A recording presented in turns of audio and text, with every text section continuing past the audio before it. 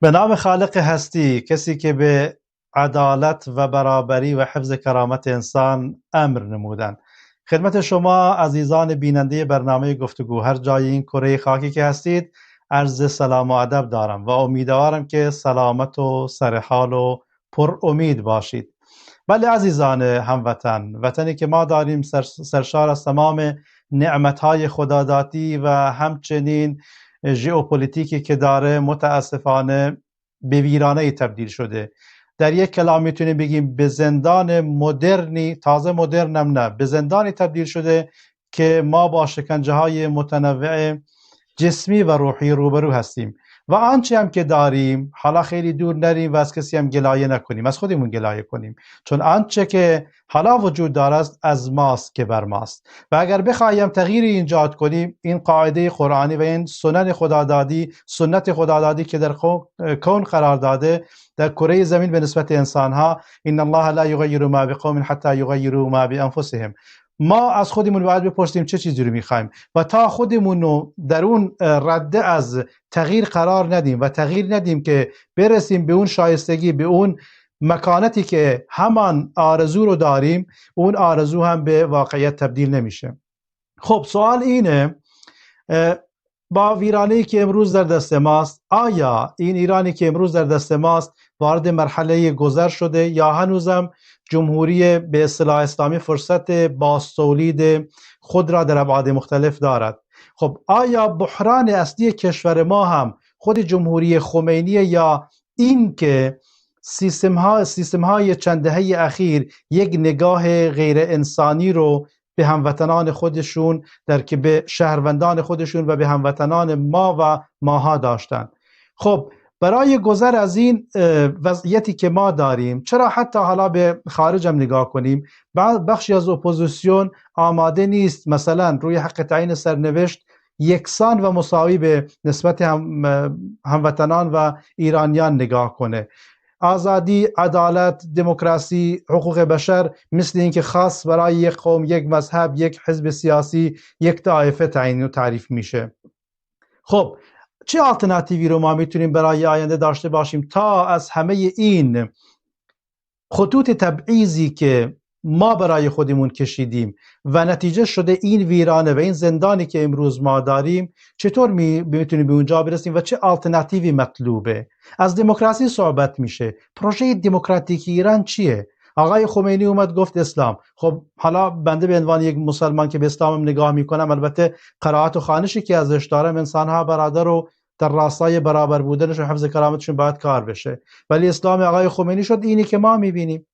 خب چه ضمانت و گارانتی هست که دموکراسی دیگران، کنوانسیون‌های حقوق بشریشون مزاجی تعریف نشه و خروجیش بشه یه چیزی شبیه مثل اسلام ناب محمد آقای خمینی؟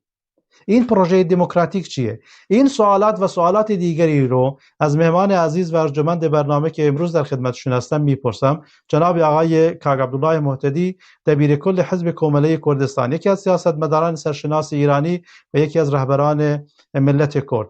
اگر کاگ عبدالله عزیز صدای بنده رو دارند و وصل شدن به برنامه، کاگ عبدالله جان به برنامه خودتون خوش اومدید. عرض سلام و ادب دارم خدمتتون. اولین سوال برنامه رو خدمتتون مستقیما مطرح کنم، اونم این که خب وضعیتی که ما امروز میبینیم، آیا به نظر شما این وضعیت، این ایران امروز وارد یک مرحله گذار شده یا خود این جزئی از پروژه تغییر کلی هستش، یا اینکه هنوز جمهوری خمینی فرصت و توان بازتولید همه جانبه خودش رو داره؟ بفرمایید، به برنامه خودتون خوش اومدید. خیلی ممنون آقای باسامی، با تشکر از شما و تلویزیون گرامیتون و با سلام به همه بینندگان. ببینید، جمهوری اسلامی در مدت هاست در آستانه تغییره، یعنی ضرورت تغییر وجود داره، خواست مردم برای تغییر وجود داره، نه فقط خواستشون بلکه مبارزهشون، جنبشاشون، تلاشاشون برای تغییر وجود داره و اینو از سال پیش نشون دادن، به خصوص در این چند سال اخیر، در دی ماه، در آبان ماه، در جنبش زن زندگی آزادی، در جنبش های دی ماه اخیر، همه اینا نشون دادن و نه فقط هم در کردستان، در همه نقاط ایران. اما اینکه این تغییر چگونش به سرانجام میرسه هنوز چیزی است که روشن نیست. با کشتارهای بزرگی که در دیماه صورت گرفت، تلاششون این بود که مردم رو بترسونن و یک ارعابی ایجاد کنن که درسی به مردم بدن که در صورت وجود بحران اقتصادی یا در صورت وجود جنگ خارجی مردم نتونن بلند شن. من تصورم اینه که تأثیر داشت، کشتار بزرگی را انداختن، جنایت بزرگی را انداختن و مطمئناً رو مردم تأثیر گذاشته، اما این تأثیرها زائل شدنیه و به نظر من بار دیگه ما شاهد اولین جرقه‌های در جنبش مردمی هستیم. جنبش‌های توده‌ای، جنبش‌های اعتراضی داره به تدریج، هنوز نضجی نگرفته ولی به تدریج داره شروع میشه. جنبش‌هایی که با عاملیت مردم، با حضور مردم، با خواست مردم بالاخره باید سرنوشت این حکومت رو یکسره کنه. اینکه عوامل خارجی مثل جنگ چه تأثیری داره، جنگ‌ها میتونن روی تضعیف حکومت، شکست هایی که حکومت های استبدادی میخورن تو این جنگ ها میتونه روی تضعیف و حتی تغییر حکومت ها تأثیر داشته باشه. گاهی وقت هم تأثیر عکس داره و باعث نوعی زمستان سیاسی و انسداد سیاسی بیشتر میشه. باید دید در مورد ایران باید دید در مورد ایران کدومش صورت میگیره. من نظرم اینه با توجه به گرفتاری های خارجی، با توجه به ویرانی های جنگ، با توجه به بحران اقتصادی و محاصره اقتصادی که هست و با تورمی که نتیجه این هاست، من بعید میدونم که مردم همینطور ساکت بشینن و دیر یا زود من انتظار دارم جنبش های اعتراضی دوباره شکل بگیرن و این عاملی است که دیر یا زود پایانی برای جمهوری اسلامی ترسیم خواهد کرد.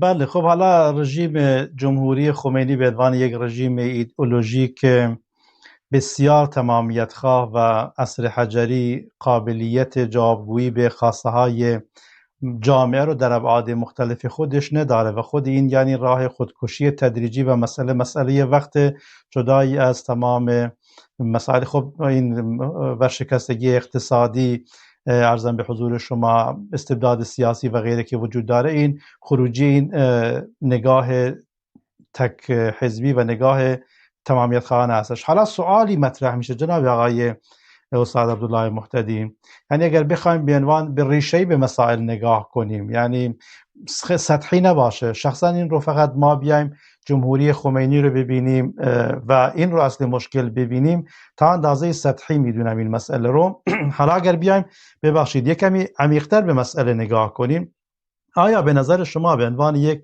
سیاستمدار بسیار با تجربه، خب عمری رو در سیاست گذراندید و با احزاب و دیدگاه‌ها و ایدئولوژی‌های مختلف به هر حال شما سر و کار داشتید جدای از وضعیت حزبی و ایدئولوژیکی خودتون. آیا به نظر شما مشکل ایران و مشکل ایرانیان جمهوری خمینی یا خود این که این نگاه تمامیت خواهانه در لباسهای مختلفی بوده و خطرش هم هست که باز تولید بشه، که مثلا نگاه قومی بوده، یک قوم رو دیده سعی کرده تمام اقوام دیگر رو در یک روایت جعلی در یک قومی مثلا این رو حل کنه، یا مثلا نگاه مذهبی خوش که قابلیت جوابگویی رو حتی به افراد اون مذهب رو نداره، مثلا همه رو شیعه کنه، یا فردا یه سکولاری افراطی بیاد زیر نامنشان سکولاریسم.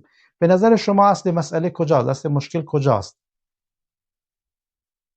ببینید، ما مشکل استبداد داریم تو ایران، مشکل تبعیض داریم که شما به جنبه‌های مهمش اشاره کردید. اینها ایران روی آزادی و دموکراسی و عدالت و ثبات رو نخواهد دید اگر این مشکلات رو حل نکنه. اگر تقسیم قدرت، مشارکت در قدرت، مشارکت دادن مردم در اداره امور، رفع تبعیضات، اینها همه درسته و تنها هم منحصر به جمهوری اسلامی نیست، ولی جمهوری اسلامی الان اون عامل اصلی است که نزدیک به 50 سال 47-8 سال داره ما در زیر پرچم جمهوری اسلامی، چه خمینی قبلا و چه خامنه‌ای پدر و الان چه خامنه‌ای پسر، ما داریم وضعی رو، یعنی بدترین نوع توتالیتاریسم، بدترین نوع تبعیض، بدترین و سرکوبگرترین نوع استبداد رو داریم تجربه میکنیم.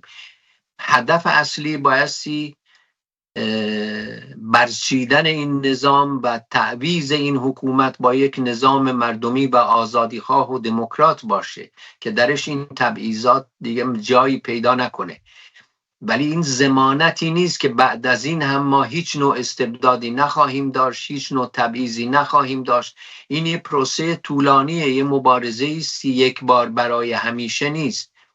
بنابراین تا رسیدن به یک چنین مرحله کاملا ایدئال و مطلوبی ما ممکنه سالهای سال به مبارزه، به وقت، به تلاش، به روشنگری، به سازماندهی و به مبارزات مدنی احتیاج داشته باشیم. اما اون دشمن غداری که در مقابل ماست اول باید این بره و بنابراین تمام تلاش‌ها بایستی معطوف به برچیدن نظام جمهوری اسلامی باشه. نوعهای دیگر استبداد رو هم باید مواظب بود، باید در موردش روشنگری کرد، ولی دشمن مستقیم ما جمهوری اسلامی و حاکمیت فعلی ایرانه. اگر این بره تازه راه باز میشه برای اینکه زبانها گشوده میشه، قلمها آزاد میشه، مطبوعات آزاد میشه، انتخابات آزاد میشه در یک چنین جامعه‌ای که مورد نظر ماست. و اونجا شما میتونید در مورد همه این مسائل به راحتی صحبت کنید و روشنگری کنید و جلوی استبداد رو با روش‌های مدنی و قانونی و سیاسی و مسالمت آمیز بگیرید و کاملا شانس این رو دارید. به نظر من ایران خواهان آزادی، خواهان عدالت، خواهان رفع تبعیض، اینها عملی غیر ممکن نیست، در دسترس خواهد بود اگر مانع اولیه استبداد جمهوری اسلامی برطرف بشه. بله، استبداد امروز خب به هر حال خودش رو در جمهوری خمینی داره نشون میده. به امید این که جلوگیری بشه از بازتولیدش در لباس دیگری. این مفاهیم بسیار زیباست، از آزادی بیان شما، از آزادی قلم و غیره فرمودید، آزادی انتخابات که یکی از ارکان دموکراسی هستش. خب این بسیار بسیار مهمه و یه جمله رو اینجا خدمت عرض کنم و بینندگان. دکتر زیبا کلام من خیلی بهش گیر دادم در یکی از برنامه‌های خودم.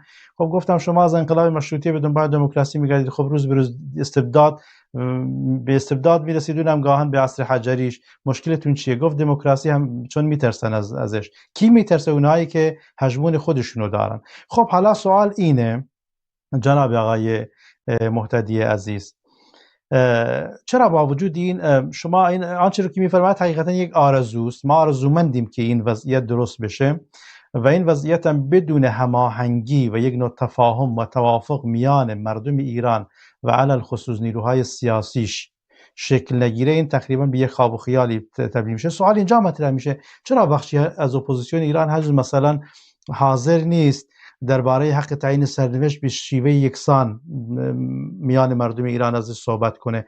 چرا حاضر نیست در مورد ساختار آینده کشور به شیوه شفاف صحبت کنه؟ آخه خب همینطوری که نمیشه. بگیم دموکراسی میشه همون اسلام خمینی، بگیم مثلا شما مثلا یه مثالی خدمت شما عرض کنم، وقتی از فدرالیسم صحبت میشه خب طرف سریعا میگه تجزیه طلب، ولی فدرالیسم که تجزیه طلبی نیست، یعنی تقسیم قدرته. و طرف مقابل هم که فدرالیسم میخواد، مثلا شما حالا ملت کرد، نیروهای سیاسی میگید فدرالیسم، منظورتون فدرالیسم اداریه، منظورتون فدرالیسم قومی جغرافیایی، منظورتون چیه؟ چرا هنوز ساختار، یا خود بهتر به اینطور خدمتتون عرض کنم، ارکان اصلی سیستم آینده خیلی ها واضح روش صحبت نمی کنن، کلیگویی میکنن، خصوصا اپوزیسیون؟ بله، این چیزی که شما میگید درسته. هنوز خیلی تو اپوزیسیون این مفاهیمی مثل حق تعیین سرنوشت، مثل برابری، مثل رفع تبعیض مثل حقوق ملیت ها، اینها رو نادیده میگیرن یا کمرنگ میکنن و فقط به تغییر رژیم کلی اکتفا میکنن. وظیفه ما اینه که در این حال اینا رو روشن کنیم، این بحثا رو روشن کنیم و همین کار داره اتفاق میفته. سال هاست که ما و من و امثال من و شما و دیگران داریم در این مورد کار میکنیم. من فکر میکنم وقتی از پس جمهوری اسلامی بر بیاییم که البته به قول شما بدون اتحاد وسیع در سراسر ایران یک چنین چیزی امکان نداره، که منم نظرم همینه، این برای رسیدن به این اتحاد ما بایستی خیلی از این مسائل رو روشن کنیم و این زمان میبره. گرایش های استبدادی ظاهر میشن گاهی حتی در درون اپوزیسیون، تبعیض‌گرایی حتی در درون اپوزیسیون نفوذ میکنه یا کرده. اینها چیزایی است که نباید تعجب کرد، ولی باید روشنگری کرد، باید توضیح داد، باید با مبارزه سیاسی و فکری و قلمی و عملی اینها رو نشون داد و بالاخره راه رو باز کرد برای اینکه این مفاهیم درست جای واقعی خودش رو پیدا بکنه. فدرالیسم نوعی مشارکت در قدرت سیاسیه. دقیقاً شکلش چیه این رو میشه صحبت کرد. این از آسمون نیومده، بایستی چیزی باشه که بتونه مورد توافق افکار عمومی قرار بگیره و در قانون اساسی آینده ایران تثبیت بشه. من بدبین نیستم نسبت به این که چنین چیزی رو یه روزی بهش دسترسی پیدا بکنیم.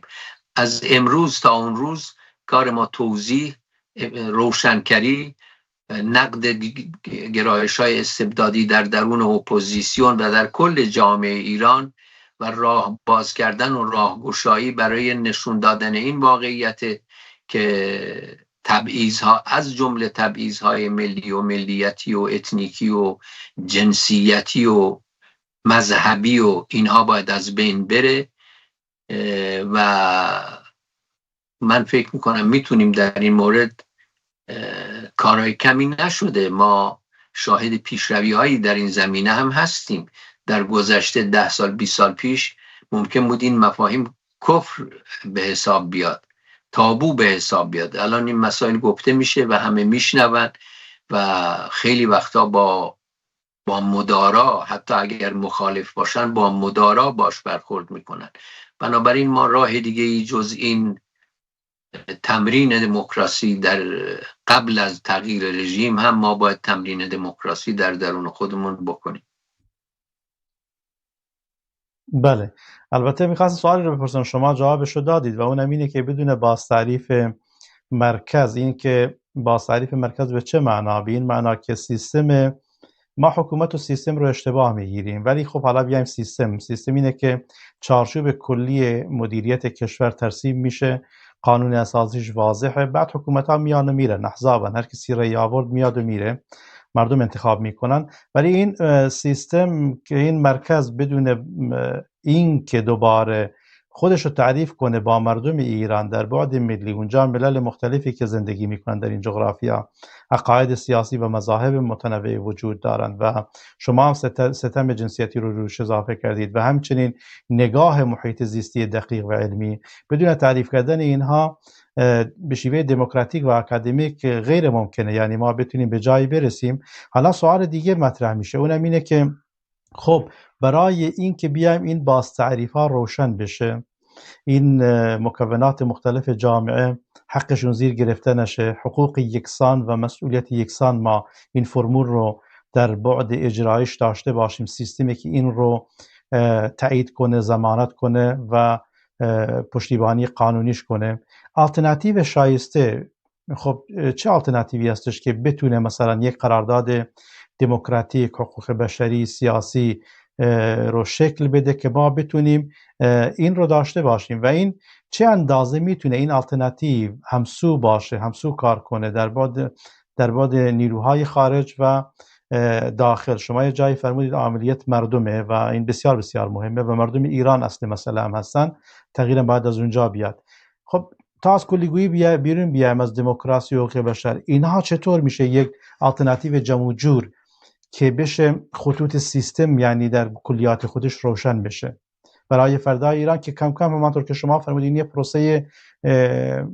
پروسه نسلی هستش. هر نسل دیگه میاد حسب رشد خودش، رشد انسانیش و شیوه زندگی و فرم زندگی خودش این سیستم رو رنگ بهش میده، ولی بعد این در باز بشه و از نقطه شروع بشه. این آلترناتیو دموکراتیک حقوق بشری چطور میشه شکل بگیره به نظر شما؟ من فکر میکنم که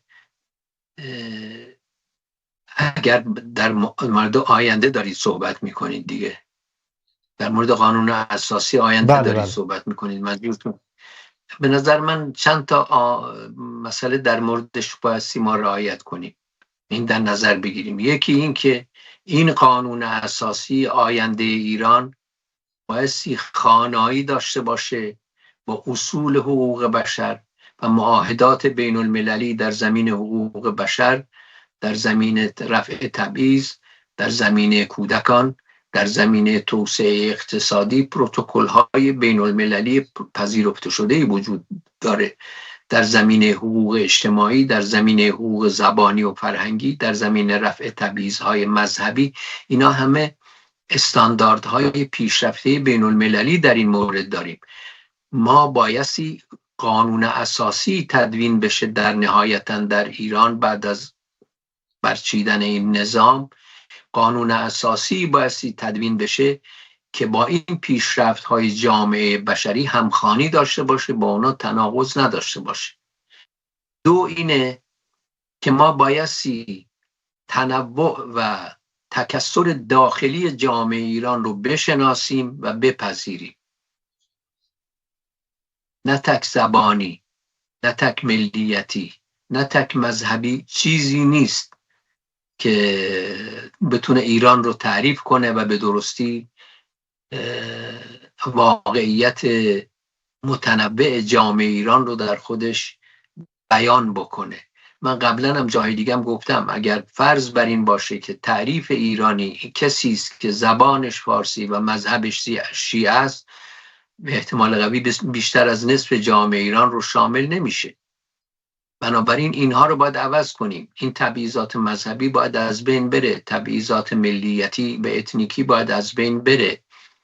ما به یک برابری برسیم، به مشارکت در قدرت سیاسی رو. اینها یعنی اصولی هست که میشه روش توافق کرد. بعد بندهای مختلف قانون اساسی با چه از یک طرف باید کار کارشناسی روش بشه و از طرف دیگه بایستی مورد پذیرش جامعه، نخبگانش و عامه مردم قرار بگیره. یعنی خود این قانون اساسی بایستی وقت کافی گذاشت که معرفی بشه به مردم، نقاط قوت و ضعفش مورد بحث قرار بگیره و نهایتاً به رفراندوم گذاشته بشه. ولی به هر رفراندومی هم گذاشته میشه بایستی این دو سه عاملی که عرض کردم، یعنی خانایی با حقوق بشر و پروتکل های بین المللی مربوطه و همچنین در نظر گرفتن تنوع و تکثر جامعه ایران و قبول مشارکت سیاسی، اینها بایستی اصول راهنمایی باشه برای تدوین یک چنان قانون اساسی. اگر اینها رو به اندازه کافی بشه روش متفق شد و روش به نتیجه رسید، من فکر میکنم در اون صورت نوشتن جزئیات بندهای اون قانون اساسی بیشتر یک کار کارشناسی است که حقوقدانان و کارشناسان مربوطه میتونن از عهده‌اش بر بیان. مهم اینه این دیدگاه‌های ناظر بر قانون اساسی آینده ایران باشه. بله، بسیار عالی. البته بینندگان از بنده در قسمت دوم برنامه شخصا این مفاهیم رو سعی میکنم بیشتر توضیح بدم و شما میتونید از راه واتساپ و تلفن و یوتیوب و اپلیکیشن های دیگه مشارک باشید. بله جناب استاد مهتدی عزیز، حالا بریم وارد فاز دیگری بشیم، اونم ائتلاف کردستان، احزاب کردستانی، ائتلافی که متاسفانه به جای استقبال سیاسی اخلاقی از اون، خب بعضیا همون فتوای جهاد سکولاریست رو دادن. به هر حال یک نوع فتوای جهاد سکولاریستی بود که مردم کرد رو اونجا به تجزیه طلبی محکوم کردن یا خب متهم کردن. خب این پروژه ائتلاف کردستانی امروز بعد از این وضعیتی که حالا پیش اومده امروز دقیقا چه اهدافی رو دنبال میکنه؟ در بعد کردستانی شاید تونسته مثلا یک نوع همگرایی ملی و سیاسی رو تقویت کنه، در بعد کشوریش اقلیمی بین المللی چه برنامه ای رو داره؟ اگر توضیحی رو در این زمینه بدید شما به عنوان یک حزب مشارک در این ائتلاف و یکی از رهبران ملت کرد. ببینید این ائتلاف از 6 تا حزب تشکیل شده در حال حاضر و هدفهای خودش اعلام کرده، هم حقوق ملی کرد هاست، هم تغییر نظام جمهوری اسلامی، هم رسیدن به یک آینده دموکراتیک در ایران. اینها همه کاملا به روشنی گفته شده و از نظر ما هنوز جا داشت که محتوای سیاست ما در دوره کنونی، خواستهای مشخص ملت کرد در این مرحله، ارزم به حضورت پیشنهادهای مشخص ما برای اپوزیسیون ایرانی در مرحله کنونی و اینها و مکانیزم‌های اجرای کارها بیشتر روشن می‌شد و ما مدتی هم صبر کردیم که این کار بشه، ولی امیدواریم که بتونه این کار انجام بگیره. یعنی این روشنگری ها و کارهای مونده هنوز در درون خود این همپیمانی یا اتحاد و ائتلاف کردی انجام بگیره. اما با وجود همه اینها هنوز فکر میکنم که یک قدم به جلو بوده، پاسخگویی به خواست مردم کردستان بوده و امیدوارم بتونه چه در زمینه دادن یک افق مشترک به مردم کردستان و چه در یعنی دستیابی به یک توافقی با اپوزیسیون دموکراسی خواه ایرانی و همچنین در معرفی کردها به جامعه بین المللی بتونه نقش خودش رو بازی کنه. بله، به این امید که این ائتلاف بتونه در بعد کردستانی کشوری اقلیمی، خب مسئله کردستانی مسئله حساسی هستش و بین المللی بتونه روز به روز جلو بره. خب حالا سوال پایانی و اگر خواستید بعد از اون پیام پایانی خودتون رو من ممنون میشم بشنوم. سوال پایانی یک ببخشید تا اندازی هم شخصی هستش ولی تفتیش عقاید نباشه جناب استاد عبدالله مهتدی. من بعدا عرض میکنم چرا این سوال رو از شما میپرسم.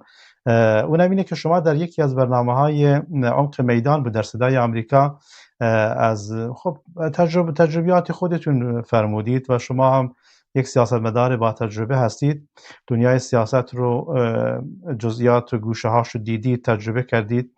فرمودید که یکی از بزرگترین اشتباهتون تشکیل حزب کمونیست ایران بود. این رو میتونید توضیح بدید و بعدم پیام پیامی به کردی یا فارسی خودتون دلخواه. من در این مورد توضیح دادم. به نظر من حزب کماله کردستان ایران شرایط بهتری میتونست داشته باشه و به نفع مردم کردستان و به نفع کل مردم ایران بود اگر ما در این پروژه مشارکت نمی کردیم. ولی با توجه ولی این رو من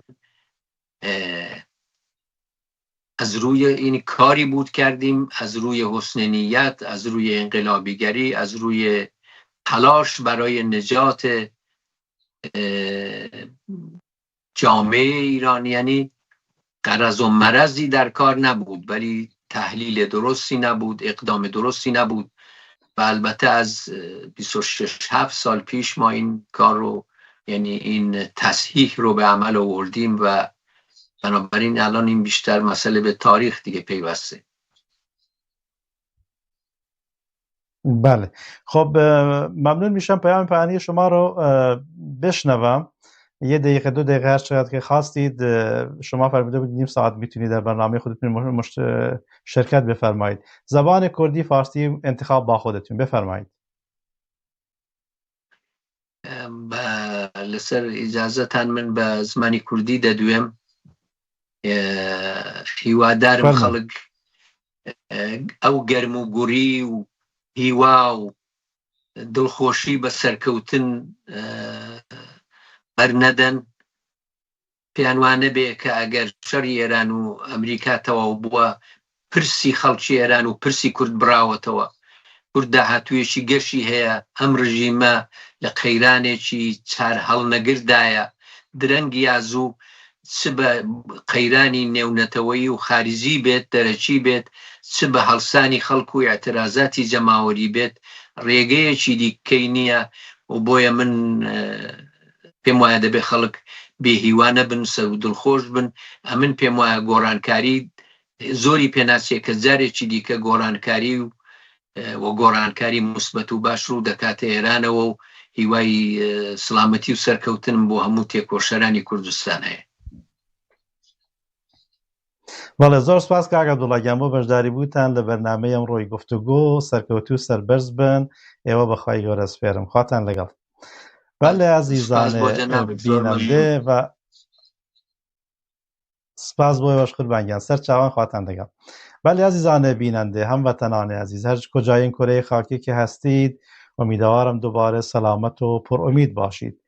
این هم سلامتی ما نیاز داریم که خدا به همه ما بده و همین که امید رو ما بهش نیاز داریم تا بتونیم از این افتادنی که ما افتادیم یا خود سقوط کردیم در بعضی از مفاهیم غیر انسانی حقیقتا، و این سقوط و گرفتار شدن در مفاهیم غیر انسانی کاری کرده که ما ایران رو به این ایرانی تبدیل کنیم که داریم.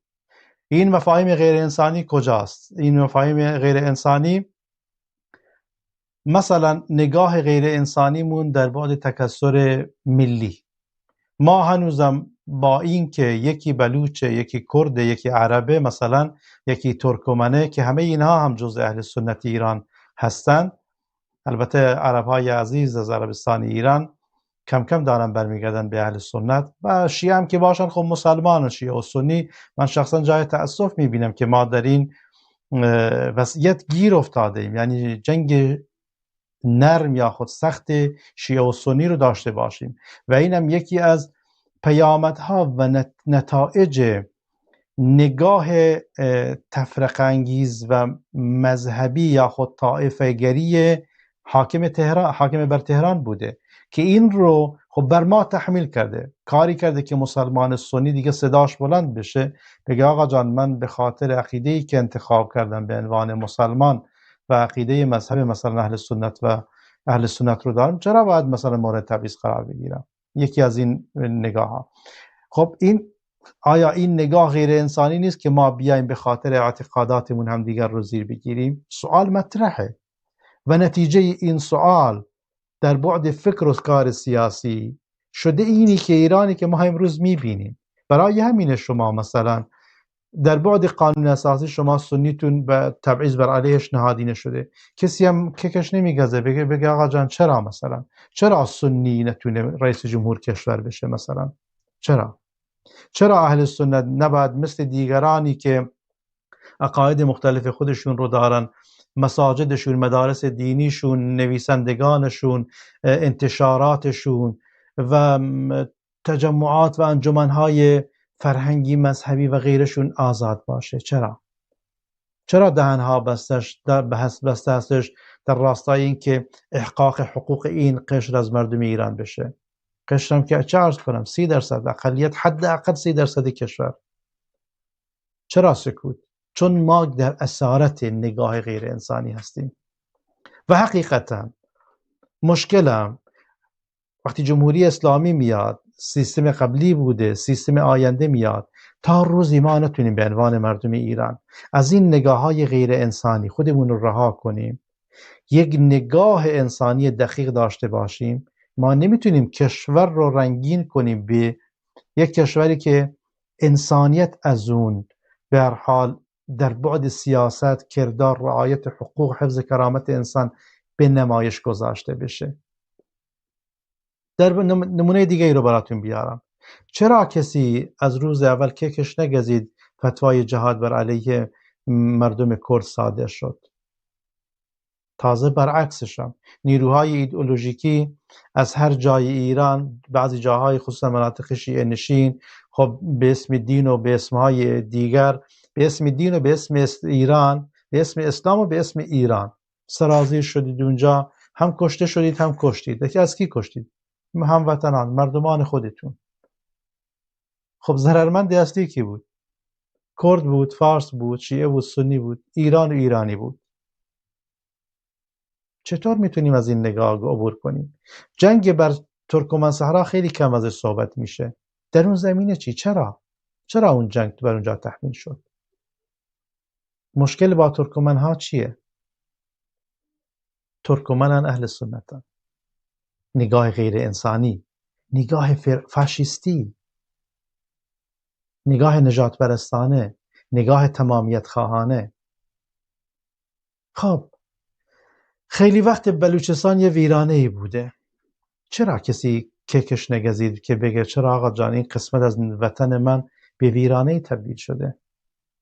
حتی به فرض این که معادن هم نداشته باشن، معادن طلا و غیره که ما میدونیم که دارن، راه به آبهای آزاد هم نداشته باشن که دارن. خب چرا باید هنوز بعضی جاهاش هم آب آشامیدنی نداشته باشن، مدارس کپری و غیره؟ چرا به کولبر به سوخت بر تبدیل شدن و کسی هم حرفی نمیزنه؟ چون نگاه انسانی وجود نداره. توجیه نکنید، کسی توجیه نکنه، خصوصا کسایی که خودشونو مالک ایران میدونن، قباله کردن در جیبشونه. مالک ایران مردم ایرانه. نگید آقا جان ما هم بهمون ستم شده. بهت ستم شده، تو هم سوخت بر شدی، تو هم از زبان مادریت محروم شدی، تو هم از مشارکت سیاسی محروم شدی، تو هم مذهبتو پیچیدند و جمع کردند و بردند و علماتو کشتند، تو هم انتشارات فرهنگی مذهبی تو بستند، تو هم کلماتو شکستند. نه، به تو ستم شده، اما ستمی که بر ما شده مضاعف بر ستم هایی که بر تو شده. تویی که نگاهت قوم خاصی، مذهب خاصی برای ایرانه، بر ماها چندین برابر شده. به همین خاطر شخصا معتقدم من تا روزگاری یکایک ما ایرانیان نتونیم نگاهمون رو انسانی کنیم، دقیق کنیم، خدایی کنیم، به این معنا که خداوند متعال در بعد هویت انسانی این همه تنوع رو خلق کرده. جعلناکم شعوبا و قبائل، جعل خدایی خلق کرده. این همه شعوب جمع شعب، ملت ها، و زیر مجموعه ملت هم قبیله و به هر حال طائفه هم هست که بعضیا حتی راضی نیستن قوم به اصطلاح فارسیش به کرد بگن، به بلوچ بگن، میگن ایلو طائفه میگن. خب وقتی نگاه انسانی نباشه، تو هر بخوای هر سیستمی رو، هر ایدئولوژی دیگر انسانی رو به این فرد، به این حزب بدی، فاسد میشه. دموکراسی رو بهش میدی، این دموکراسی رو خیلی کوچکش میکنه که فقط برای کسایی که خودش میخواد، تازه گاهن برای همون قومم نمیخواد که این مثلا ایران رو یعنی اون قوم میدونه. در بعد سیاسیش برای کسایی میخواد که مزاج و مسلک سیاسی اون رو دارن. یعنی اصلا در دموکراسی این پلورالیسم سیاسی که جزء دموکراسیه، جزء بدیهیات یک سیستم دموکراتیکه، این نمیشناسه. این میاد فقط برای خودش میخواد. اسلام رو بهش میدی چه کار میکنه؟ خب آقای خمینی که اومد چه کار کرد؟ چه گفت؟ از اسلام صحبت کرد، اما نگاه خاص مذهبی اون و تعریف و خوانشی که داشت و نظریه ولایت فقیه، خب کاری کرد این اسلام تنها برای همه شیعه هم نباشه. خب گروهی از شیعان رو بهشون میگن منافقین. خب آیت الله طالقانی رو چرا حذفش کردید؟ عرضم به حضور شما آیت الله منتظری رو که از خودتون بود دیگه. من کوچیک بودم یادمه که چه شعاری بود میدادن در کردستان. خب به نظر میاد منتظری یاور، خمینی رهبر منتظری یاور، نمیدونم یه چیزی همچین شعاری بود. خب چی کارش کردید؟ اقامت اجباری در خونه برها زندانش کردید. چرا اینطور شد؟ چرا اسلامی که با اون عظمت که میاد که خداوند متعال ارسال تمام پیامبرانش رو با تمام آنچه که نیازمنده برای جامعه بشری در راستای لیقوم الناس بالقسط، یعنی مردم به اون درجه از رشد انسانی، یادمون نره چون هر انسانی نمیتونه عدالت نگاه و عدالت محور و عدالت منش باشه و هر ملتی هم نمیتونه به این درجه از رشد برسه که بیاد در بعد معنوی انسانها رو، مردم رو تربیت کنن به شیوهی که یک بعد فکری و نگاه اعتقادیشون درست بشه. دو، خصوصیات انسانیشون من جمله شجاعت، ایثار و فداکاری و غیره اینها شکوفا بشه در راستای یک ایدئولوژی یا خود یک عقیده صحیح، که اون وقت این چنین فرد و ملتی میتونه لیقوم الناس بالقسط بشه. یعنی چه کار کنه؟ برپا کننده عدالت بشه، برابری بشه میان مردم. ولی چون این اسلام اومد، آقای خمینی ازش صحبت کرد، ولی چون در ذهنیتی آقای خمینی خب مذهب شیعه و تعریف خاص خودش هم از مذهب شیعه در بعد سیاسی خصوصا، چون واقعا در بعد مذهبی نگاه کنید، تا امام زمانی که بهش معتقدن که اهل سنت بهش معتقد نیستن ظهور نکنه، خب اصلا سیاست نباید وارد بشن. ولی خب این اسلام فاسد شد، اسلامی که آورد، خب فردا همون ترس وجود داره که دوباره چی بشه؟ دموکراسی که ازش صحبت میشه و این جستایی که گرفته میشه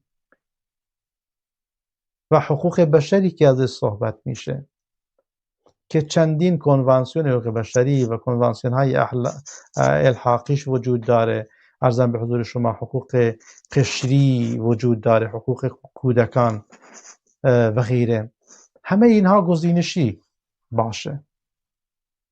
خب آیا ما میخوایم دوباره ایران رو که امروز داریم همون ایران رو داشته باشیم در فردا؟ سوال مطرحه، این سوال مطرحه برای یکایک ما.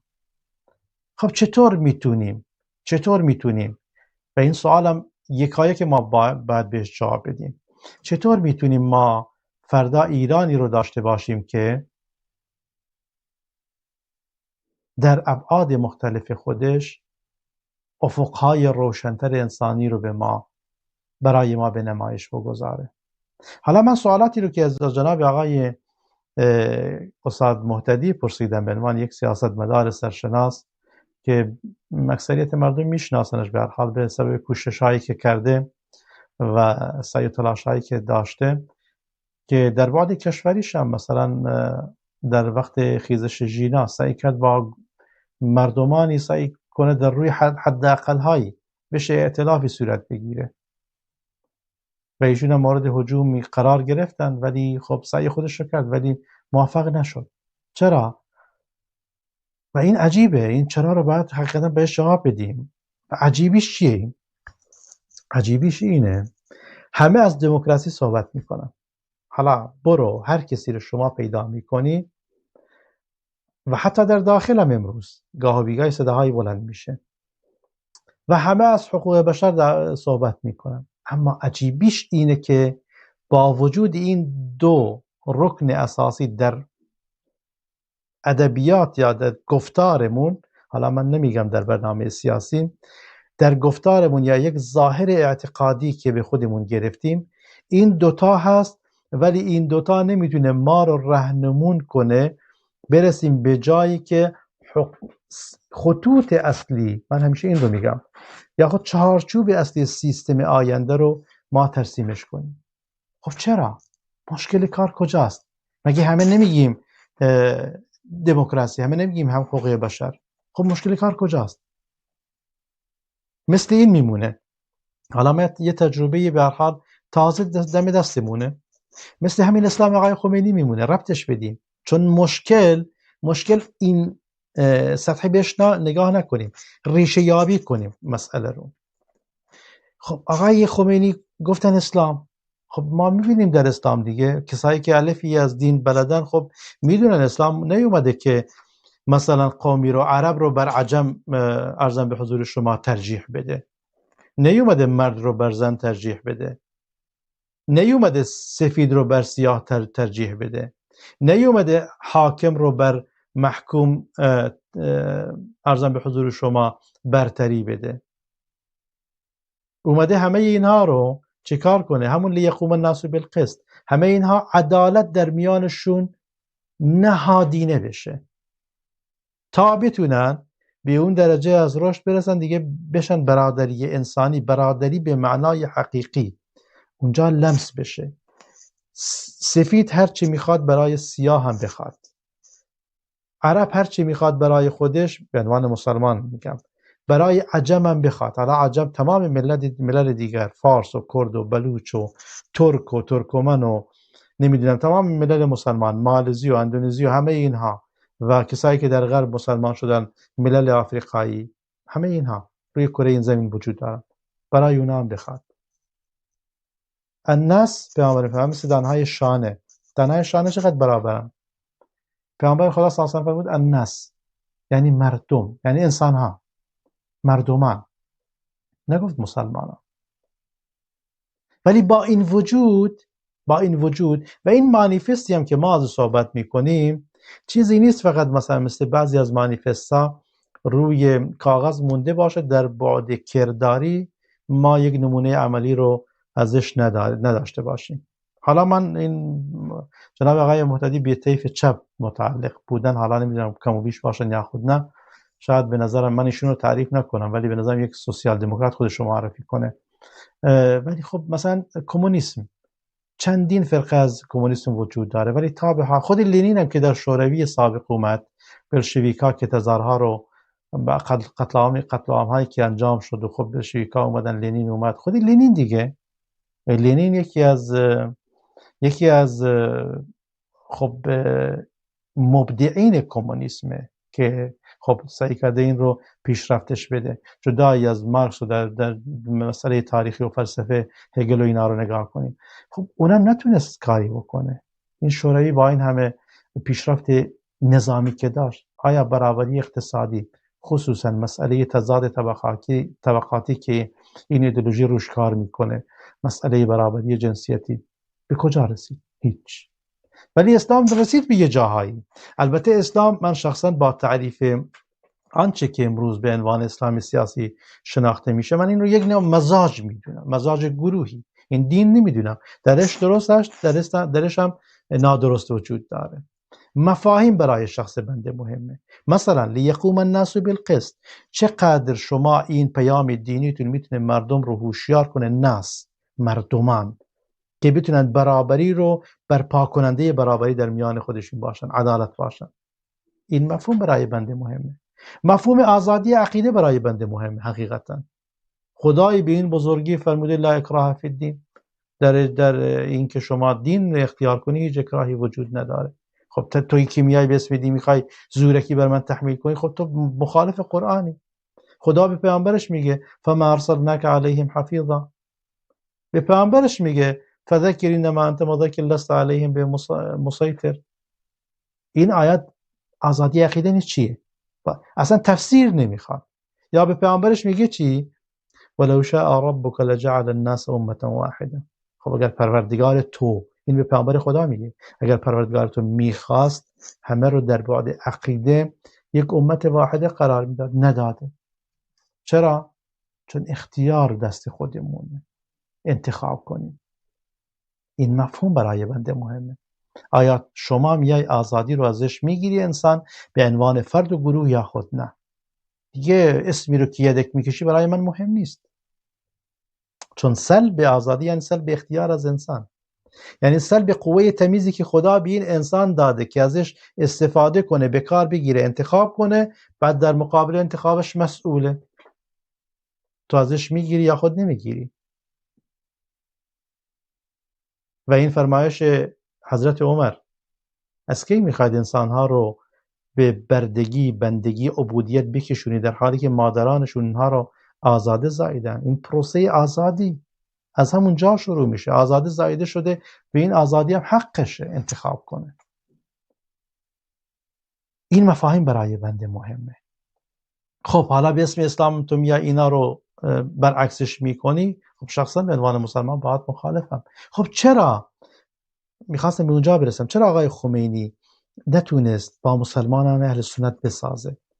چرا مثلا علمای اهل سنت رو از روز اول دیگه خواسته های ساده داشتن. آقا جان ما اومدیم این انقلاب 57 مردم ایران گفتن استقلال، آزادی، جمهوری اسلامی. خب این شعار، خب این استقلال و این آزادی، اولا آزادی، خب به عنوان مسلمان سنی خب آزادی رو از ما نگیر. ما خانش خاص خودمون رو داریم، ما به ولایت فقیه باور نداریم، ما به یعنی حکومت فردی باور نداریم.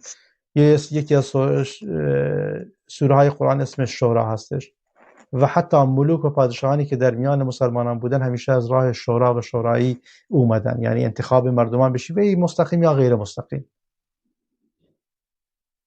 خب ما به این معتقدیم و خلفای راشدین هم با انتخاب مستقیم یا انتخابات شورایی اومدن. خب چرا نساخت؟ چرا کاغ احمد مفتی زاده بعد 10 سال شکنجه و زندان، در حالی که یکی از آزادی خواهان بود، یکی از افرادی بود که در راستای تحقق استقلال، آزادی، عدالت و برابری میان مردمان مبارزه کرده بود و کرد و دید که آقای خمینی نداره، دروغ میگه، خب فرمود مردشوی خودتون قانون اساسیتون رو ببره. خب نتیجه شش چی شد؟ مگر از آزادی صحبت نکردن؟ آزادی یکی از اقسامش آزادی بیان نیست؟ خب چرا مثل قبلا ها اجازه نمیدادن، مثلا اجازه نمیدادن ایشون در حسینی ارشاد سخنرانی کنه؟ چرا مناظرات تلویزیونی نمیگذاشتن که فکر با فکر جواب داده بشه و چنین جامعه‌ای میتونه رشد کنه؟ چون اصل مسئله این بود آقای خمینی خودش در اسارت بود. اسارت چی؟ در اسارت همون خانش خودش از مذهب شیعه. مذهب شیعه یکی از مذاهب اسلامیه، ما تکفیر نمی کنیم، اهل سنت اصلا عوام شیعه رو تکفیر نکرده، اونا رو هم مسلمان میدونیم با انتقادات جدی که بهشون داریم و اون اینه که آقا جان اینایی رو که از اهل بیت پیامبر خدا کردید، هر کدومشون خدا کردید یه خدا و یه پیامبر، این درست نیست. شما مثل ماها تو نمازاتون میگید ایاک نعبد و ایاک نستعین، خب این مخالف این آیه است دیگه، رو به خدا باش، از خدا حاجت تو بخواه، خودتو از قید و بندهای داخلی و خارجی رها کن. بعد که تو شب و روز میای فحش و ناسزا میدی، آقا اصلا این کار مسلمان نیست، تو میای به خود به بهترین مسلمان ها فحش و ناسزا میدی، این هیچی رو درست هم نمیکنه و این کار مسلمان نیست. و این تو با کسایی به کسای فحش و ناسزا میگی، آیه 100 سوره توبه خدای متعال میگه اگر از اینا تو راه اینا رو بری ازت راضی میشه.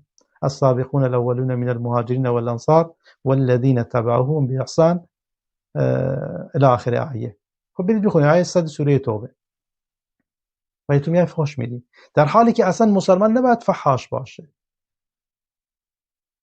چون ولا تسبوا الذين يدعون من دون الله، این آیه قرآن دیگه، تفسیرم نمیخواد. آقا جان کسی که غیر خدا رو میخوانه یعنی برنامه غیر از برنامه غیر اسلام رو داره، تو حق نداری این رو فحش و ناسزا بهش بگی. یعنی حرمت رو باید نگه داری، همزیستی مسالمت آمیز و تعاون علی البر، یعنی تو باید خب در این کشور فکر و نگاه ها میتونه متنوع باشه، ولی با وجود این مفاهیم واضح قرآنی حتی درم بر روی مسلمانان اهل سنت بسته شد، با وجود این که سیستم میگه اسلامی. خب چرا؟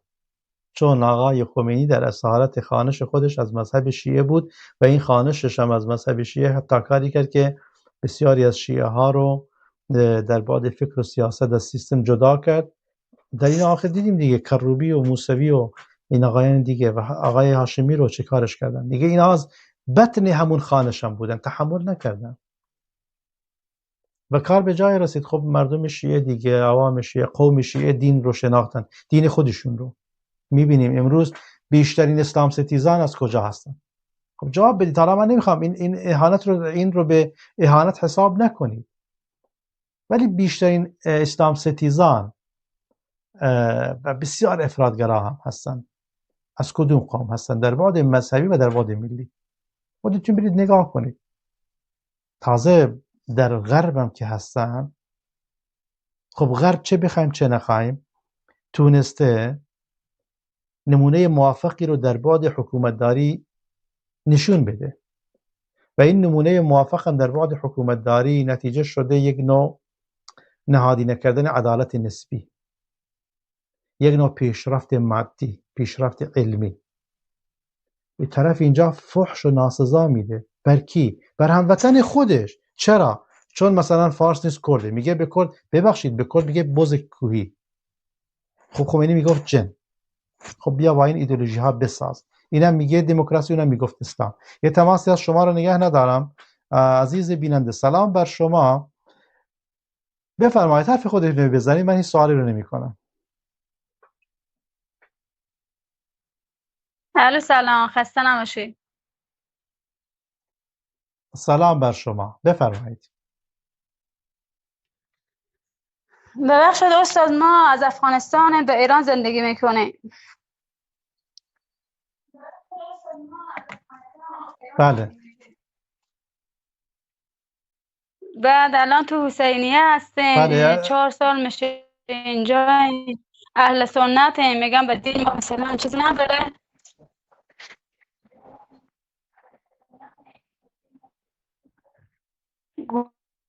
بله، به گیرنده نگاه نکنید، فقط از راه تلفن صحبت بفرمایید، چون این فاصله میفته در فرمایشات شما. بفرمایید.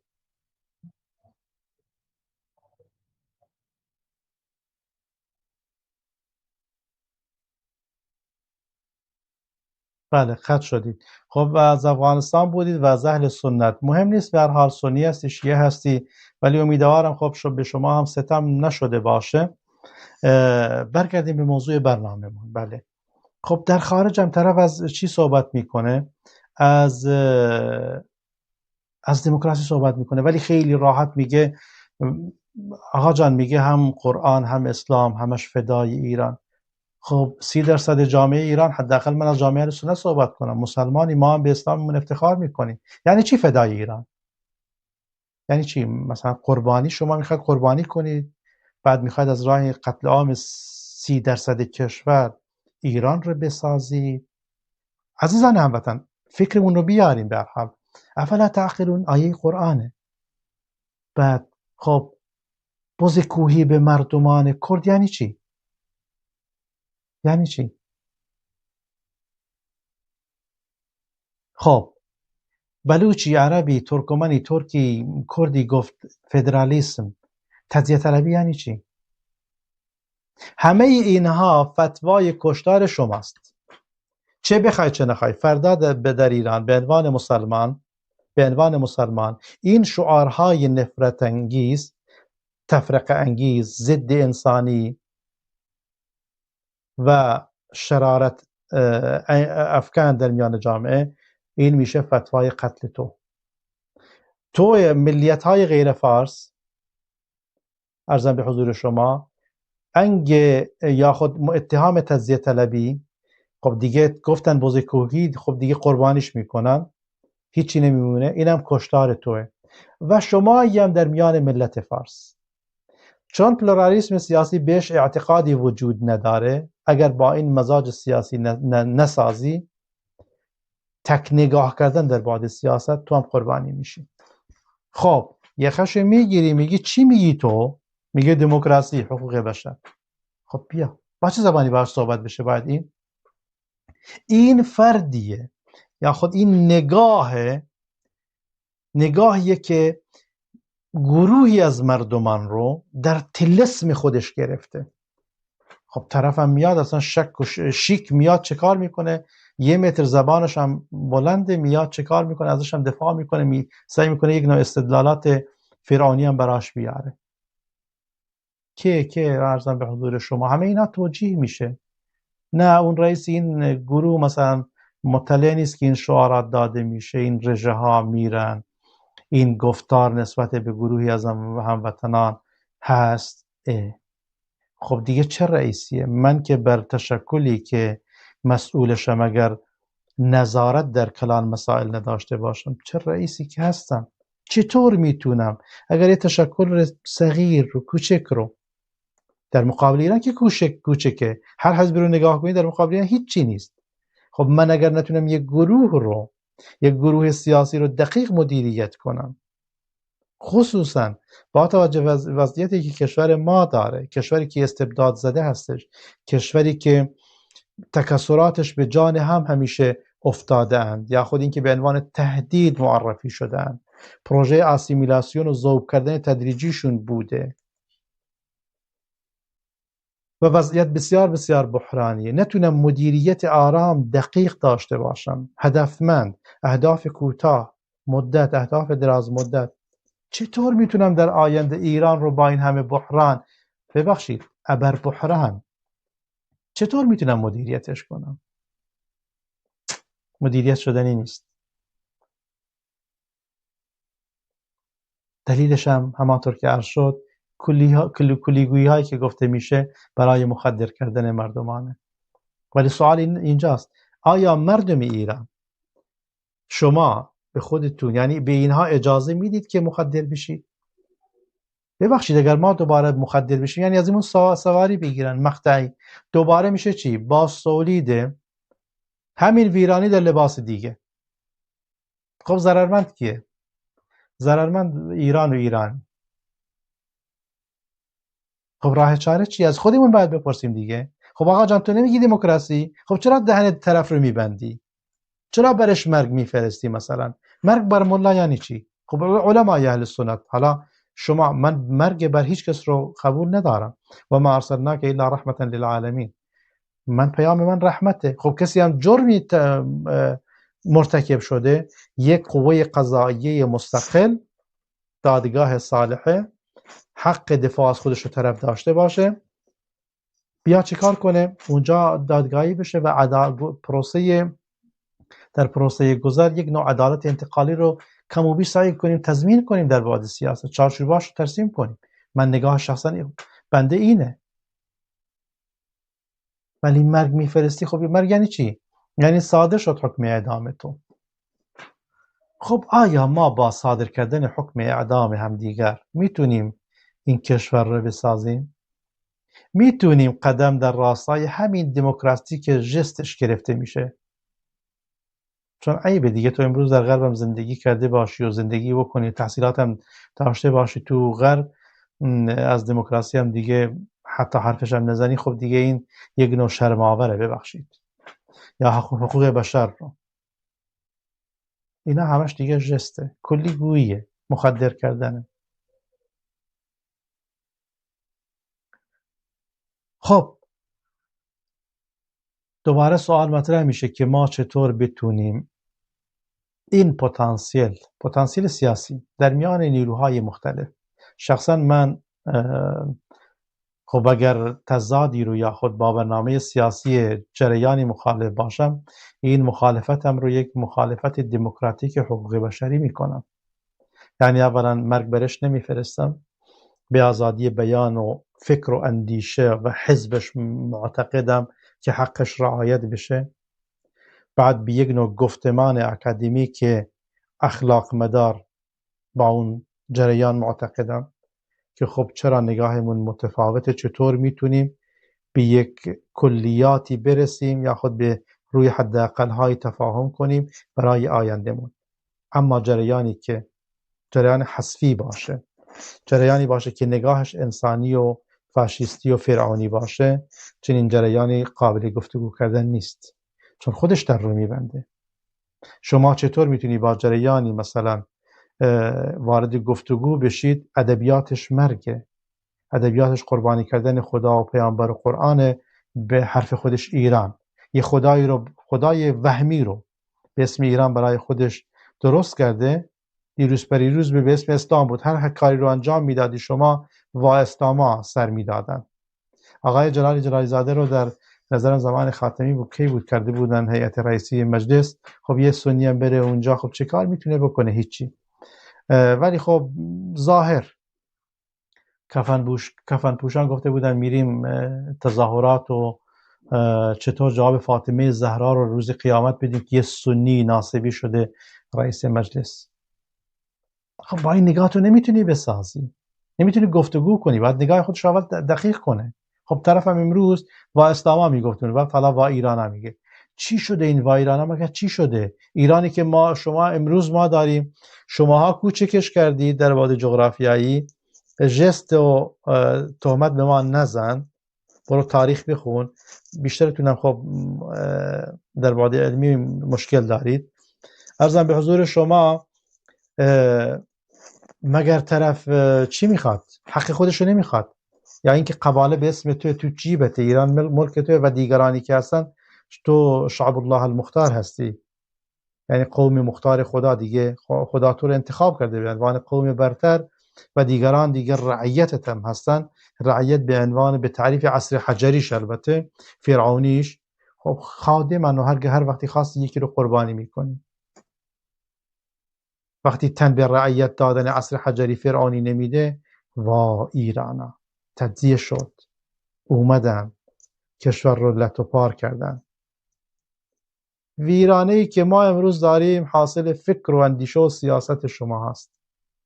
شماها، منظورم عزیزان هموطن، بینندگان ارجمند، کسایی که نگاه حذفی داشتن، کسایی که نگاه غیر دموکراتیک داشتن و دارن، کسایی که نگاه غیر حقوق بشری دارن، کسایی که نگاه غیر اسلامی و ضد اسلامی دارن. خب حالا نمیدونم تو واتساپ پیام های اومده باشه یا خود نه، یا تو یوتیوب رو شما بهم خبر بدید. بله، آیا این پیام برای بنده است یا پیام ها نمیدونم. اگر تماس یا تو واتساپ گرفته بشه من میبینم، من نمیتونم تماس رو اینجا چه کار کنم، عرضم به حضور شما جواب بدم. تماس هایی رو میبینم و پیام هایی رو اومده. حالا خب این پیام ها رو بریم. یکی فرموده سلام استاد، از یک طرف امریکا به قولی برای کمک مردم ایران بعد از کشتار دی به ایران حمله کردن، بعضی ایرانیان میگن بیگانه به کشور حمله کردن و نکوهیده هست، ولی وقتی عراقیان و زینبیون و فاطمیون میان ایران و جولان میدن هیچ کس مقایسه نمیکنه. البته با این وضعیت کشور مردم داخل ایران، اتاق فرمایش چی نوشته رو کامل اپوزیسیون، حتی منظور اپوزیسیون رو کامل شناختن و پرده ها کشیده شده. کسایی بودن که فکر میکردیم مخالف هستن شناخته شدن. خب جنگ رو ثمره نگاه و حکومترانی فاشیستی عزیز هموطن و بیننده محترم، هیچ کسی راضی نیست به کشور و به خانش جنگی رو بر علیهش به هر حال تحمیل بشه. ولی این جنگ رو سببش رو کی؟ حالا من نمیخوام توجیه کنم.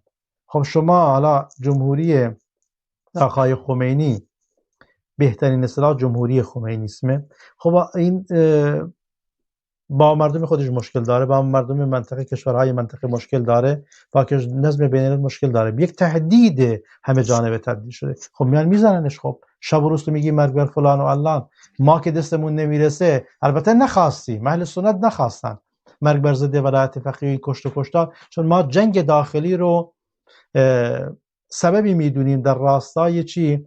در راستای به تأخیر انداختن تغییر واقعی.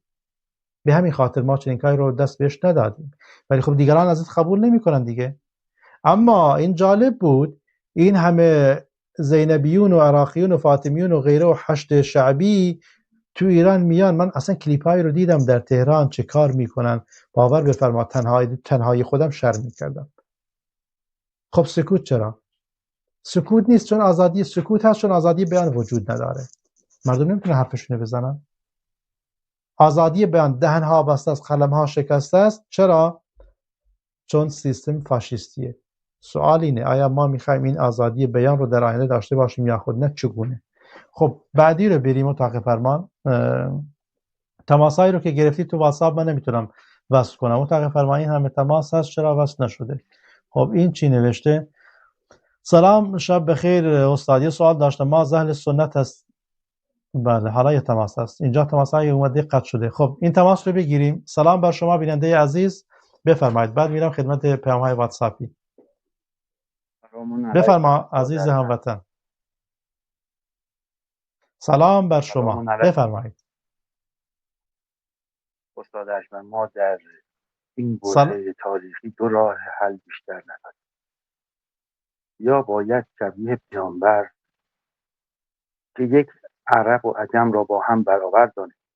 سلمان فارسی یک سیاه‌پوست، یک غلام و برده را با ابوبکر برابر دانست. یعنی در حکومت ایشان این دو نفر مساوی تقسیم می‌کرد و سیاه و سفید برای پیامبر هیچ فرقی نداشت. ملاک ایمان یا شبیه حضرت عمر که حتی اسیران را با عدالت رفتار میکرد. این یک طرف قضیه، یعنی باید مسلمانی باشه و هممون با هم برابر باشیم. اگر اینجوری باشه دیگه کرد نباید بیاد اینجا بگه من حزب کرد دارم، باید بگه من حزب ایران دارم، کرد ایران هستم. یعنی هم ایرانی، هم مازنی، هم گیلانی بتونه در اون حزب مشارکت داشته باشه. اگر حزبش تنها باشه یعنی که این بوی اینو میده که میخواد یه حکومتی رو بگیره و دوباره یه بلایی رو سر دیگران بیاره، چه بلوچ باشه چه عرب باشه. ما حزب ایران عرب میخوایم، ما حزب ایران بلوچ میخوایم. اگر هم به سمت سکولاریسم بخوایم پیش بریم و شبیه پهلوی و تفکر اون بریم جلو، ما باید انسانهایی باشیم که انقدر علم بیاموزیم، انقدر دانش داشته باشیم، انقدر فن و مهارت داشته باشیم که قیمت اون بالا باشه. یعنی از یک اسب $1,000,000 هم قیمت اون بره بالا، از یک ماشین 50 میلیارد تومانی هم بره بالاتر. نه اینکه یک سری انسانهای بی سواد باشیم، یک سری انسانهایی باشیم که با تفکرات گذشته ما که ارباب بودیم، بابام ارباب بود، اون بگه نمیدونم من بلوچم، اون بگه من نمیدونم عربم، یعنی با قومبازی ها و افکار گذشته بخوایم بریم جلو. ما باید یک زبان مشترک پیدا کنیم و آن عدالته. اگر من بیام در یک عروسی یک کرد ببینم اونها با هم خیلی خوشوبش میکنند و زیاد مرا تحویل نمیگیرند، من متوجه میشم نباید به اینها رأی. بله. اگر من متوجه بشم یک جوان کرد مادرش از کودکی به ایشون یاد داده که ما کردیم، اینها ایرانی هستند و اینها با ما دشمنند، من اگه متوجه بشم دیگه نمیتونم به اون شخص اطمینان کنم. ما باید یا شبیه محمد و حضرت عمر باشیم یا باید شبیه همین پهلوی ها باشیم، یعنی دنبال پول و ثروت و قدرت و ماشین و سکولاریسم و حتی میره به سمت بیدینی. این دوتا هست. ایشالله که همه خب. احزاب ایرانی بله. همه بخوان که بیان در حزبشون شرکت. استاد فرمایشی بله، ندارید؟ ممنون از پیام شما. من نمیخواستم، نه، موافق و سربلند باشید، ولی یه سوال مطرح میشه، این رو انشاءالله به تماس خط میگیم چون پیام ها زیاد تو واتساپ میخوایم این تماس ها رو داشته باشیم. این عدالت عمری یا خود عدالت اسلام چطور، ما سوال اینه چطور میتونیم این مفهوم رو در این عصر خودمون این مفاهیم رو عملیش کنیم؟ چطور میتونیم که پیامبر خدا فرمود سلمان من اهل البیت، یعنی سلمانی که فارسی بود و حتی این سلمان فارسی نگاه کنید فارس بودنش رو ازش نگرفت. میدونی تو اصحاب کرد بوده، صحابه کرد بوده، گابان کردی بوده. خب این گابان کردی هم کردی رو یدک کشیده. بلال حبشی یعنی اون هویت انسانیش وطنیش ازش گرفته نشده که یه برده بود، یه سیاه پوست بود، رنگین پوست بود و دیگرانی. چطور شد بلال رفت بر بام کعبه و شد ندای آزادی رو سر بده و مؤذن رسول الله صلی الله علیه و سلم شد. سلمان فارسی اون جایگاه رو پیدا کرد و دیگرانی که تونستن این مثل دانه های شانه شدن. چطور شد؟ خب این باید فرهنگ سازی بشه. ولی سوال اینه در بعد سیستم امروز با تنوع و تکثری که وجود داره در نگاه سیاسی، چطور میتونیم ما چه سیستمی رو باید داشته باشیم که بتونه حد اقل‌هایی از اون عدالتی که شما فرمودید ما بهش برسیم و دیگه کسایی هم که دنبال فحش و ناسزا و مرگ بر این اون هستن اونا هم کم کم یاد بگیرن بشن انسان. خب حالا پیام دیگر از واتساپ، یکی فرموده سلام شب شما بخیر استاد، یه سوال داشتم. ما از اهل سنت هستم. من چطور که نوشید میخونم. ما از اهل سنت هستیم، از افغانستان به ایران زندگی میکنم. 2 سال میشه که در حسینیه شیعیان سرایدار هستم. ما هیچ وقت به مراسم ها شیعیان شرکت نمی کنیم. شوهرم کارش نظافت از کار میکنه، پول میگیریم. میخواستم بدونم بدون مذهب ما گناه داره؟ اگر پاسخ بدین ممنون میشم. مصابت این رو سعی کنید بفرستید این سوالات دینی رو به برنامه جناب آقای شیخ خدمتی. ولی شما اگر کار دیگری رو نداشته باشه، شوهرتون این مصدر این رو خدای متعال رو مصدر رزقتون کرده باشه، و بعد از یه جایی کار کنید، کارش ادامه پیدا کنه تا میتونه کار بهتری رو پیدا کنه. و اگرم خوب اونجا دوست داره کار کنه و آزادی بیان نیست که یک نوع تبادل افکار بشه. خب اونا مسلمان، ما هم مسلمانیم، ولی متاسفانه فن گفتگو رو نداریم. خب این رو بله، این هیچی ننوشته. بله این به نظرم برای برنامه بنده نیست. این درسته اتاق فرمان. حالا نگاه کنیم، ببرید پایین این رو ببینید چه وضعیت چیه. یه تماس هست، تماس دیگر رو وصل کنید انشاءالله و بعد دیگه بریم بریم یوتیوب هم نگاه کنیم. بله من نمیتونم اینجا کلیپ ها رو باز کنم، کسایی که کلیپ میفرستم. سلام بر شما عزیز بیننده، بفرمایید حرف خودتون رو بزنید. بله سلام خدمت شما. خوب هستین صاحب؟ سر شما خوب بخیر؟ ممنون، خیلی ممنون، بفرمایید. سلامت باشید. ما صداتون رو دارم، بفرمایید. بله بنده علی عمر هستم، شما را یک از مهاجرین افغانستانی در پاکستان. همین موضوع برنامه شما درباره چی بود؟ اگر میشه یک لطف بکنین همین موضوع برنامه را بگوین. ما تازه وصل شدیم در برنامه شما. بله بله. خب موضوع برنامه چشم انداز آینده ایرانه، وضعیت آینده ایران. بسیار خوب. من البته بسیار کوتاه نظر دارم که میخوایم خدمت شما و بیننده بگویم. امی کشور به حساب به نام جمهوری اسلامی ایران، بله کوتاه میگم، امی جمهوری اسلامی ایران که به حساب واقعا اگر چیز بگویم، یعنی حقیقت از حقیقت چشم پوشی نشه، به حق امی ملت غیور اهل سنت هم زیاد حساب یعنی انحطاف پذیر نیستن. به حساب یک مسجد اهل سنت ندارن در به حساب در ایران که عبادت بکنن یا مراسم عبادتی خود به حساب انجام بدن. اما این کارم همین دقیقاً نمی کارا در افغانستان هم فعلا جریان داره. ببینید اهل تشیع مذهبش به رسمیت شناخته نشده در افغانستان، در دوران جمهوریت بود اما حال نیست. این با ما فرق نمیکنه که اهل سنت باشه یا اهل تشیع، یا اهل سنت به رسمیت شناخته شده یا اهل تشیع به رسمیت شناخته شده. به ما مهم نیست. بر ما فقط گفته پیغمبر خدا علیه السلام نزد پروردگار فقط قلوب شما مهم است، یعنی قلب انسان مهم است، نه دین نه مذهب. درسته استاد محترم؟ یک موضوع دوم آمدم در سر ایران که فعلا نمیاد در ایران فعلا نمیاد در کشمکش خود است. امیال در گفته بزرگای ما میگه که میگه بز در پای خود است، مش در پای خود. امیال فعلا ملت عزیز ایران ما ملت عزیز ایران بسیار دوست داریم، نور چشم ماست. تک تک چه اهل سنت باشه چه اهل تشیع، تک تکشان نور چشم ماستن، افتخار ماستن. اما این حق به هیچ کس خداوند، بله این حق به هیچ کس خداوند نداره، به هیچ انسان به هیچ بنده نداده که به حساب از نظر مذهب او تحقیر شوه یا از نظر دین او تحقیر شوه. دیگه نظر ما همین بود استاد محترم. دیگه تشکر از اینکه تماس ما را جواب دادن. بله ممنون. بله ممنون. شما هم حرفش خودتون رو زدید. بنده بله خدا نگهدار، تعلیق خاصی رو روی حرفاتون ندارم، ولی اینکه دین و مذهب مهم نیست، قلب انسان مهمه. خب قلب انسان، این یه فرمایش پیامبر وجود داره، شما که علی عمر اسم خودتون هم گذاشتید. این قلب اگر درست بشه همه چی درست میشه.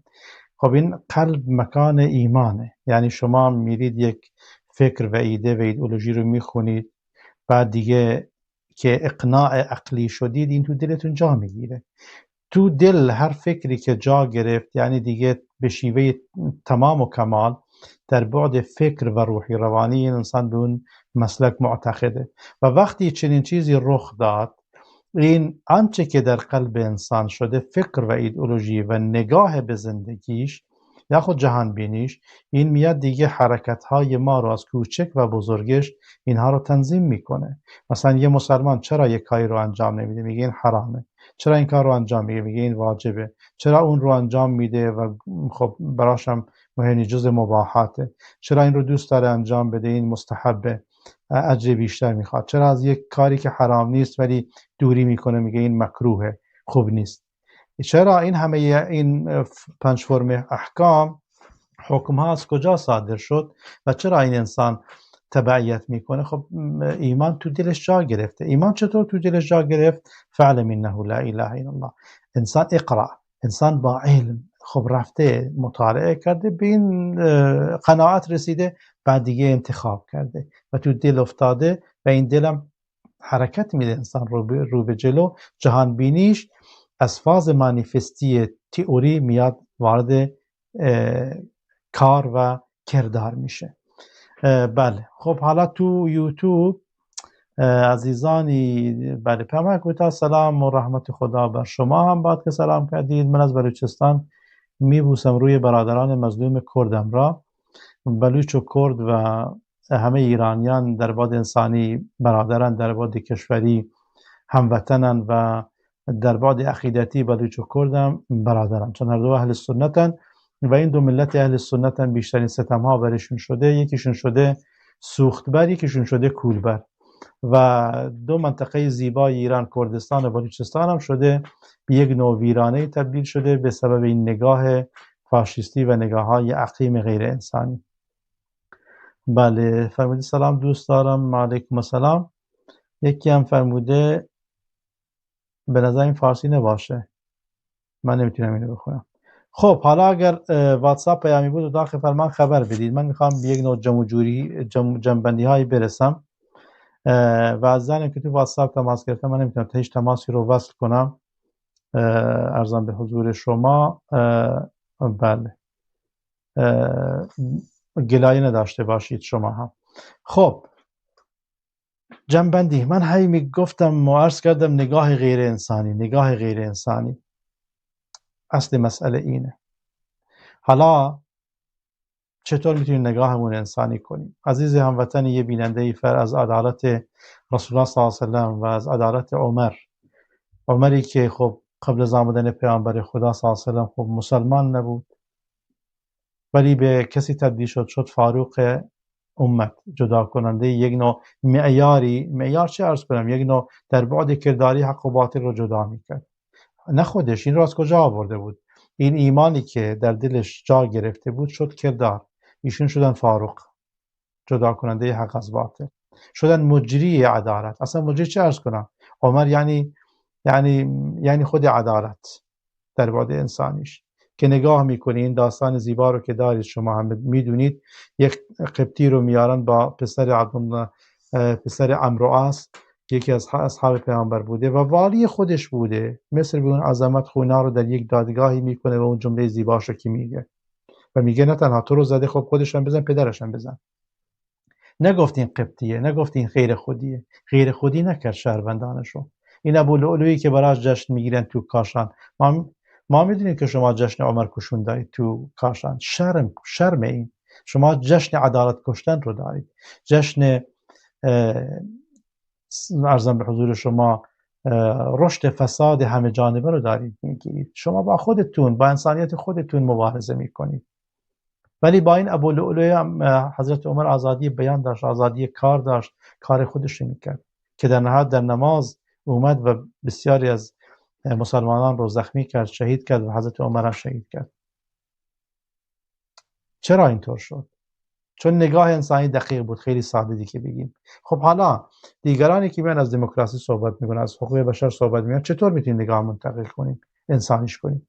از کلیگویی اینا رو بیاری پایین، بکشی پایین، ازشون بخوای آقا جان برنامه چیه؟ من دموکراسی حالیم نمیشه، برنامه چیه؟ من فردا به عنوان یک سنی مثلا تو میگی مرگ بر ملا، خب من مثلا اگه من ملا باشم این شد برنامه سیاسی، تو میگی دموکراسی حقوق بشر بعد میگی مرگ بر ملا، یعنی چی؟ یعنی تنابه دار دیگه. میگی دموکراسی، میگی حقوق بشر، من میگم فدرالیسم، میگی تجزیه طلب. این یعنی حکم اعدام. فدرالیسم یعنی میگم آقا جان تو برای کردستان و بلوچستان در چارچوب ایران این رو بده، من تصمیمش بگیرم. عربستان ایران رو بده به عربهای بیچاره که روی نفت و گاز و همه اینها خوابیدن، وضعیتشون اینه که میبینی. بر علیه ترکمان صحرا و جاهای دیگر ایران فتوای جهاد و لشکرکشی نکن، عیب داره، شرم داره، انسان باش. بده خودشون فرهنگشون محترم شمرده بشه، زبانشون محترم شمرده بشه. میگی تجزیه طلب؟ مگه تو نگفتی حقوق شهروندی برابر؟ خب بلوچ باید به زبان بلوچی آموزش ببینه، نه آموزش زبان بلوچی. بلوچ باید منطقه اقلیم بلوچستان داشته باشیم، اقلیم کردستان و اقالیم دیگر رو داشته باشیم و این اقالیم مثل قبلنا کی بوده؟ ایران که ممالک محروسه بوده. بعد یه خانی رو آوردن، یه جایی آوردن، یه کسی رو کردنش خان و بعد دیگه رفت بالا و حالا شده خدا. اینطور که نمیشه. از این خداهای قلابی باید چه کار کرد؟ با اینها خداحافظی کرد، از کلیگویی بیرون اومد. گفتین بگید از این خواسته بشه، از این جریان‌های سیاسی که ادعاهای گنده دارن، خصوصا جریان‌های کشوری. خب حق من چی میشه به عنوان یک سنی؟ حق من چی میشه به عنوان ملتی که غیر فارسم؟ جواب بده. حقوق شهروندی برابر یعنی چی؟ بعد من میام حزبی رو هم تأسیس کنم، تو اجازه نمیدی. من میگم سنی هستم، مثلا تو مرگ میفرستی یا مفاهیم دیگه. خب راه چاره چیه؟ این دموکراسی رو خب و حقوق بشر رو، این رو بعد به یک سیستم جمع و جور تبدیلش کرد. خب چطور تبدیلش کنیم؟ کجا بیاریم؟ هست نیست؟ هست. همون پادشاهی رو بیارید، من قبول دارم. پادشاهی بریتانیا رو بیارید تو ایران عملیش کنید. میارید؟ پادشاهی سوئد رو آقا جان بیار. میاری؟ پادشاه تو سیاست هیچ کار است تقریبا. پادشاهی بریتانیا حالا در بعد فرهنگی احترام خاصی برای پادشاه هست، در بعد فرهنگی، فرهنگ جامعه اینطوره. ولی با این وجود اسکاتلند رو خواست استقلال پیدا کنه، گفت رفراندوم برقرار میکنم، دولت گفت بفرما برقرار کن. میری برو. گفت نمیرم. مردم گفتن ما نمیریم. چرا بریم؟ مگر چیمون کمه؟ با بریتانیای عظما میمونیم، قوی هم هستیم، حکومت محلی خودمون هم داریم. تازه میگیم استقلال، کسی هم نمیگه خب چه کاره هستی؟ این دو نمونه پادشاهی. خب اینم راضی نیستی، برو پادشاهی اسپانیا رو بیار. کاتالونا رو اونجا میدونی که چه حقوقی خودشونو دارن و باسکا رو هم میدونی، باسک منطقه بین فرانسه و اسپانیا. اینا رو نمیخوای، جمهوری میخوای، خب جمهوری فدرال سوئیس رو بیار. نمونه ها فراوانه. از کلیگویی جنبندی اینه آقا جان، تا ما روزگاری نتونیم نگاهمون رو عوض کنیم، هیچی عوض نمیشه. هر مفاهیمی هم که بیاریم، اون مفاهیم هم فاسد میشه. از کلیگویی بیایم بیرون و برای سیستم آیندهمون از سیاسیون، احزاب، اشخاص بخوایم که خطوط سیستم آینده رو روشن کنن که حق هیچ کسی ضایع نشه، مردم ایران بتونن برابر و برادر به سوی پیشرفت و آزادگی و عزت و حفظ کرامت انسان حرکت کنند. تا برنامه آینده که خدمتتون میرسم یک شنبه آینده ساعت 8:30 تهران، همه شما رو به خداوند متعال میسپارم. خدا نگهدار.